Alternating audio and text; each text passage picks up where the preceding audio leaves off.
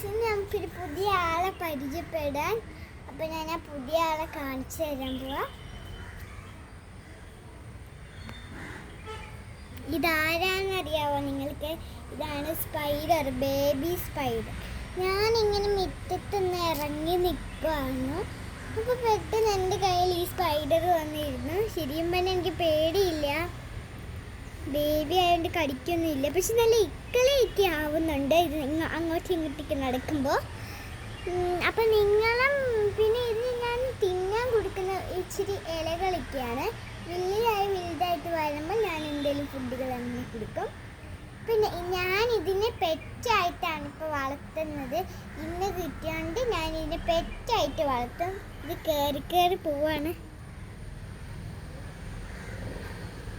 നിങ്ങൾക്ക് ഇതിന് ഇഷ്ടമായെങ്കിൽ ഒന്ന് ലൈക്ക് ചെയ്യണേ.